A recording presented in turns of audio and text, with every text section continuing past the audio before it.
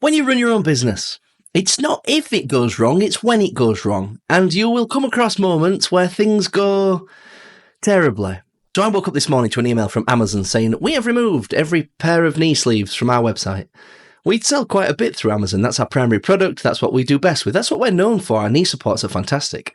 And I own and operate Mercs. We sell knee supports and weightlifting belts and lifting accessories for mainly CrossFitters and weightlifters. So for them to have removed our knee supports is a big deal. Why did they remove them? Well, it turns out, apparently, they've now been classified as a medical device, which, if you know anything about the gym and lifting, that quite the opposite. It's just baffling. And I've submitted a counter, like a response saying no. The manufacturer of these that we work closely with makes fitness and products for healthy people. As well, you look on Amazon and you see, I don't know, hundreds of other brands selling the exact same thing or their own version of it with their own branding and colours. But it's the same core product. It's a knee support for lifting. So it's just a strange one. And don't forget, with these massive, massive super corporations, if they even have a whiff of this might not be good, don't forget, for them, they'll just shut you down. Because Amazon sell like $1 billion worth of stuff every day. And for them to shut us down for selling, I don't know, £10,000 a month, we're more of a problem than they can even be bothered with, you know? I'm sure that somebody like Apple selling iPhones, if there was an issue, they'd reach out to Apple and say, Apple, what's going on here? Yeah, because Apple probably sell £100,000 worth of phones a day just in the UK. And you think, So there are slightly different rules, but at the same time, it's challenging. So they've said that I need a CE certification to prove that because it's a medical device, it needs to comply with EU law. I looked that up as well. I thought, right, what do I do to get CE certification? Well, there is a process and there are companies that will do it for you. I've seen prices thrown around at between £8,000 and £10,000. That's just not something we can do, being a small business with only one employee, me. So, yeah, it's a bit of a daunting task sometimes.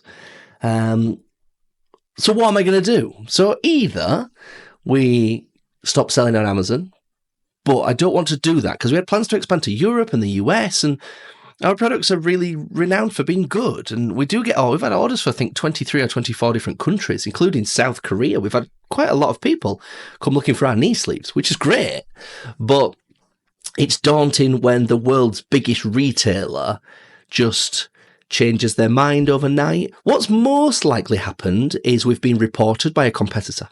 That is something that is prevalent on Amazon. It's rife. People that can't beat you will try and work around the terms and conditions to find anywhere that you might not comply, make Amazon aware. Often in mass reports, they'll get other people to report the product and and have it removed. So not fun, to put it politely. But you've just got to keep going. I mean, you can get upset about it and have a little cry, but does that solve the problem? No, that just wastes a bit more time. So, yeah, it's a case of trying to work out what they require, why they need this. If it was a human error or an automated thing, that we might have had a keyword in our listing that said something like, can help reduce pain.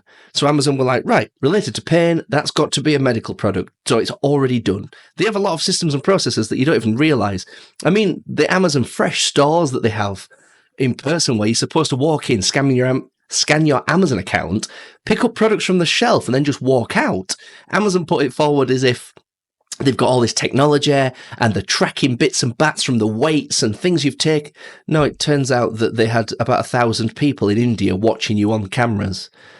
And you're like, So you never know what Amazon are doing. Sometimes it's technology that's working. Sometimes it's just people doing things.